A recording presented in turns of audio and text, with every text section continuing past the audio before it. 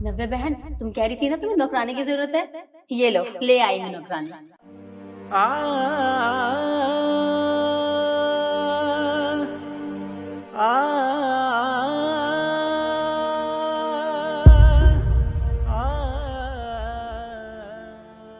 क्या हुआ, अंदर नहीं बिठाओगी क्या? हाँ क्यों नहीं, आइए ना, अंदर आइए। आ जाओ।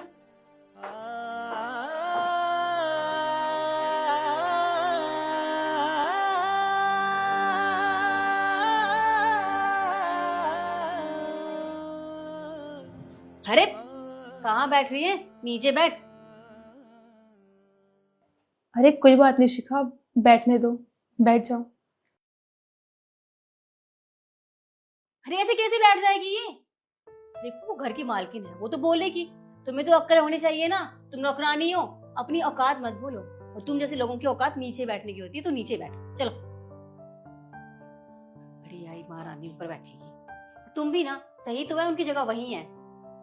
वैसे नप्पा बहन, तुम्हें एक बात बताऊं, काम अच्छा करती है ये, खाना बनाना, सफाई करना, और तो और टॉयलेट बहुत अच्छे से साफ करती है। हाँ रुक जा, मैं तुझे डेमो दिखाती हूँ। सुन, एक काम कर, हमारे लिए अच्छी सी चाय बना के ला, चल। और चाय अच्छे से बनाना। तो मैम साहब, सामान कहाँ रखा हुआ है?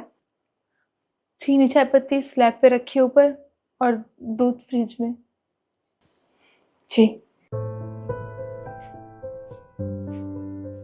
इन नौकरों पे ना इतना रहम खाने की जरूरत नहीं है, अपनी औकात भूल जाते हैं ये, तो इनको इनकी औकात ना बार बार याद दिलानी पड़ती है।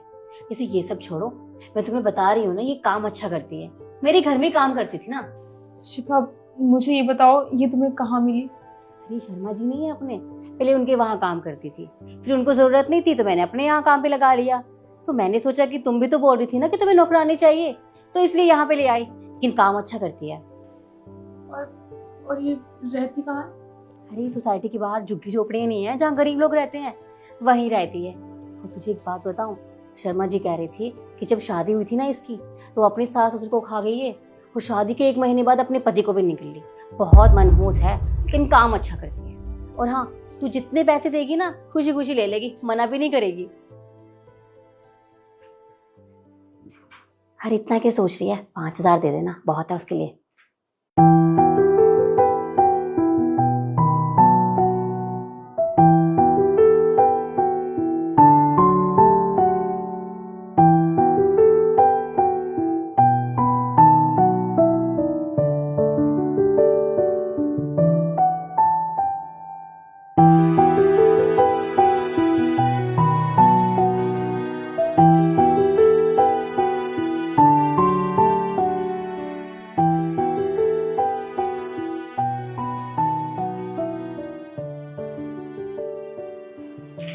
मैम साहब चाय।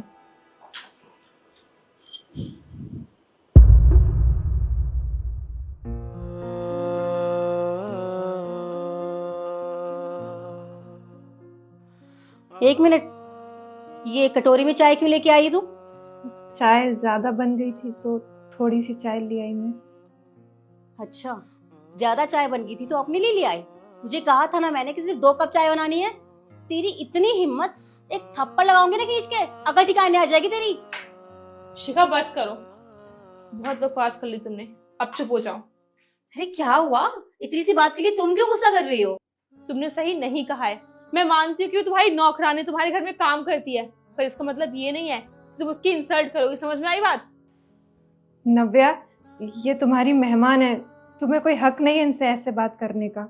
नव्या, तू इसे नाम से क्यों बुला रही है? हाँ, वो मालकिन है तेरी, समझी? तमीज से थोड़ा। वो मुझे नाम से ही बुलाएगी, क्योंकि सहेलियां एक दूसरे को नाम से ही बुलाती हैं, मैडम या फिर मेम साहब नहीं बोलती हैं। सहेली? वो भी ये मनहूस? मैं समझी नहीं। हाँ, हम दोनों सहेली हैं। मेरी शादी हो गई थी, उसके बाद मैं दूसरे शहर शिफ्ट हो गई। उसके बाद कभी नव्या से मिलना नहीं हुआ, ना कभी बात हो पाई, और आज इससे मिली भी तो इस हालत में। ये अच्छा है। हाँ, तेरी शादी फिक्स भी हो गई और तू मुझे अब बताने आई है। सॉरी यार, पर तू मेरे से नाराज मत हो। यार सब इतना जल्दी हो गया ना कि मुझे वक्त ही नहीं मिला। पर तू ये भी तो सोच, मैं सीधा ऑफिस से तेरे पास आई हूँ बताने। हाँ भाई, अब मेरे लिए टाइम क्यों ही होगा तुम्हारे पास? अब तो तुम्हारा सारा टाइम किसी और के लिए ही होगा। ऐसी बात नहीं है, अगर उनके बारे में कुछ कही ना। अरे अच्छा ठीक है ठीक है ठीक है। अच्छा ये तो बता कि मिठाई लाई है कि नहीं लाई है? तेरी फेवरेट लाई है। टन टन है।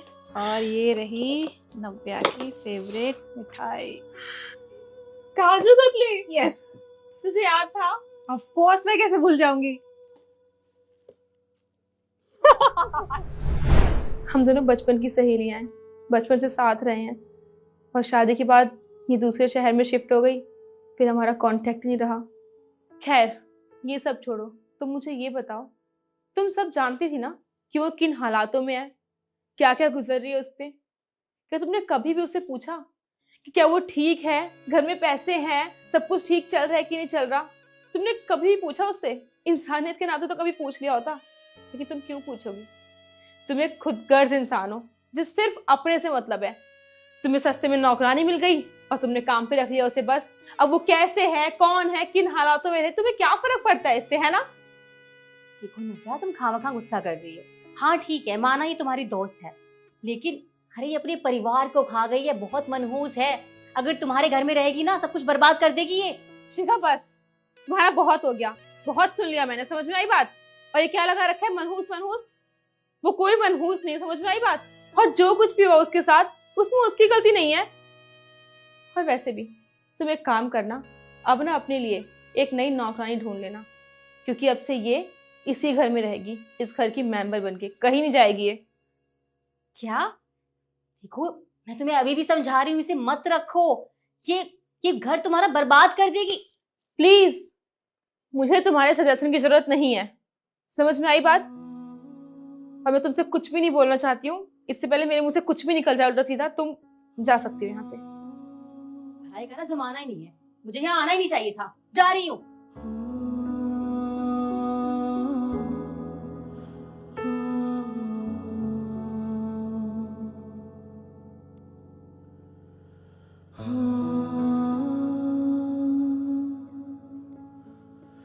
Oh